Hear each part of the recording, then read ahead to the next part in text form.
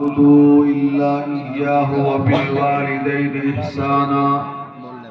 إما يبلغن عندك الكبر أحدهما أو كلاهما فلا تقل لهما أف ولا تنهرهما وقل لهما قولا كريما واخفض لهما جناح الذل من الرحمة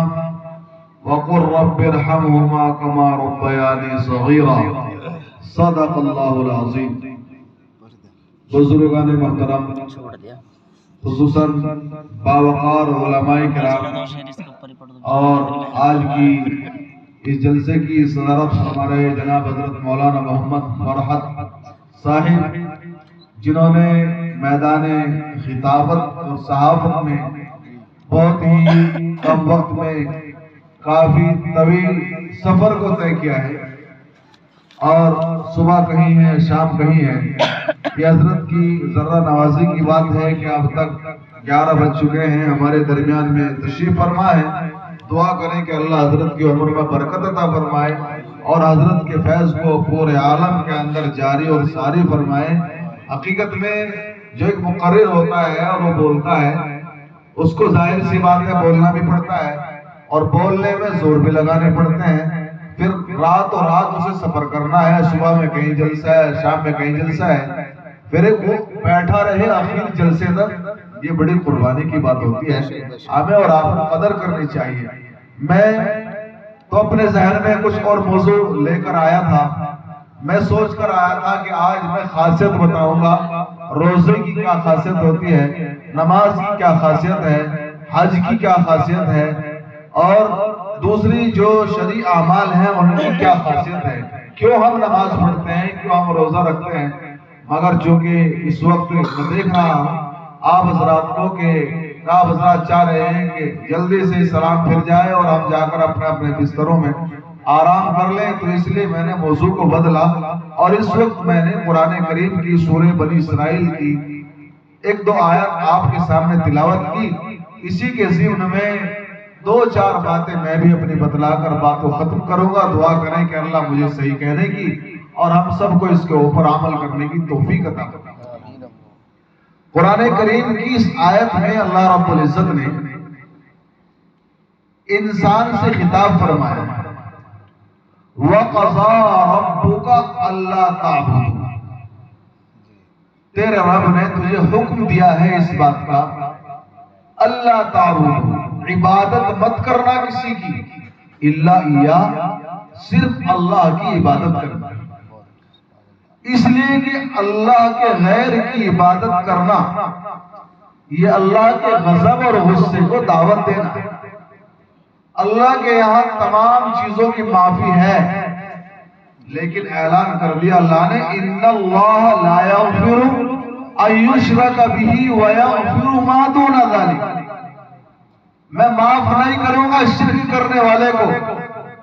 جو میرا بیٹا کہتا ہے، جو میری طرف بیٹی کی نسبت کرتا ہے، حضرت عیسیٰ کو اللہ کا بیٹا کہتا ہے، فرشتوں کو اللہ کی بیٹیاں کہتا ہے، جو دیوی اور دیوتاؤں کے سامنے اپنے سر کو رکھتا ہے، جو سورج کو بھی پوج لیتا ہے، چاند کا بھی پجاری ہے، پانی کا بھی پجاری ہے، پیپل وغیرہ کے پیڑ کا بھی پجاری ہے، وہ ہندوؤں کے وہاں جا کر بھی اپنے سر کو مندر میں ٹیک لیتا ہے اور مسجد میں جا کر بھی اپنے سر کو رکھ لیتا ہے۔ اللہ تعالیٰ فرماتے ہیں میں اسے معاف نہیں کروں۔ ایک آدمی کی بیوی اگر کئی مردوں سے اپنا تعلق قائم کر لے تو وہ آدمی اس کو پسند نہیں کرے گا۔ اپنی بیوی کے ساتھ آدمی شرکت کو پسند نہیں کرتا، تو پھر اللہ جو آسمانوں کا خالق ہے، زمین کا خالق ہے، ہواؤں کو پیدا کرنے والا ہے، بادلوں کو بنانے والا ہے، جس نے کل عالم کو بنایا ہے، سمندر اس نے بنائے ہیں اور دریا اس نے بنائے ہیں، یہ پوری کائنات اس نے بنائی ہے، وہ پوری کائنات کا مالک ہے، تو اپنی خدائی میں کیسے دوسرے کی شرکت کو پسند کر سکتا؟ نہیں کرے گا۔ اس لیے اللہ نے فرمایا لا یغفر ان یشرک بہ، معاف نہیں کروں گا کسی مشرک کو، شرک کرنے والے کو معاف نہیں کروں گا۔ ان اللہ لا یغفر ان یشرک بہ ویغفر ما دون ذلک، اس کے علاوہ سب کو معاف کر دوں گا۔ تو قرآن کریم کی اس آیت میں اللہ تعالیٰ ارشاد فرماتے ہیں کہ تیرا رب تجھے اس بات کا حکم دیتا ہے کہ میرے سوا کسی کی عبادت مت کر۔ اس کے بعد اللہ نے اپنا حق بیان کرنے کے بعد والدین کے حقوق کو بیان فرمایا۔ فوراً اپنا حق بیان کر کے میرے بندو، میرا حق تو یہ ہے کہ بس میری ہی عبادت کرنا، میرے غیر کی عبادت مت کرنا، تمہاری جان بچ جائے گی۔ اور اپنے حق کے بعد فوراً ماں باپ کے حق کو رکھا، اس لیے کہ دونوں میں مناسبت یہ ہے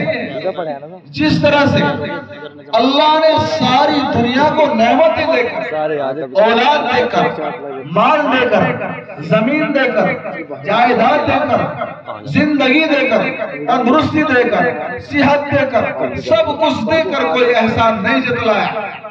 اور اس کے بدلے کا کوئی مطالبہ نہیں، اسی طرح سے ماں باپ بھی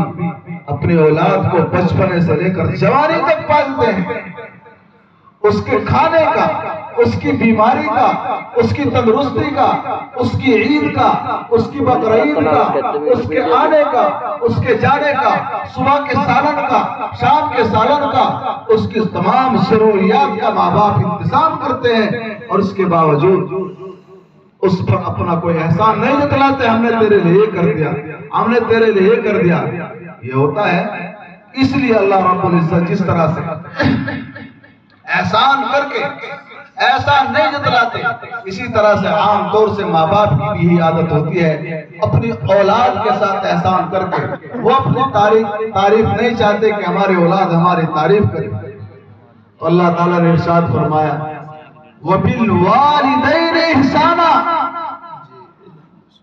میری عبادت میں کسی کو شریک مت ٹھہرانا اور ماں باپ کے ساتھ اچھا برتاؤ کرنا۔ میرے بھائیوں، ماں باپ دنیا کا وہ قیمتی خزانہ ہے کہ جن کے ماں باپ دنیا سے چلے گئے، خدا کی قسم کیسے زخم ان کے دلوں میں لگے ہوئے ہیں، آپ جا کر ان سے معلوم کیجیے ماں کی کیا قدر و قیمت ہوتی ہے، باپ کی کیا قدر و قیمت ہوتی ہے، ان سے معلوم کیجیے۔ جن کے زندہ ہے زندگی میں آدمی قدر نہیں کرتا، لیکن یہ قیمتی خزانہ، یہ سایہ جب سر سے اٹھ جاتا ہے آدمی کو دور تک تاریکی اور اندھیرا نظر آتا ہے، آدمی بوڑھا ہو جاتا ہے، قبر کے گڈھے میں پہنچ جاتا ہے، لیکن اپنی ماں کی ان محبتوں کو نہیں بھولتا جو اس کی ماں نے اس کے ساتھ میں کی ہے، اپنے باپ کی وہ چیزیں نہیں بھولتا کہ باپ مزدوری کر کے میرٹھ بیگ میں جا کر کما کے لاتا تھا اور پھر صبح شام ہمارے لیے کھانے کا انتظام کرتا تھا، باپ ہمارے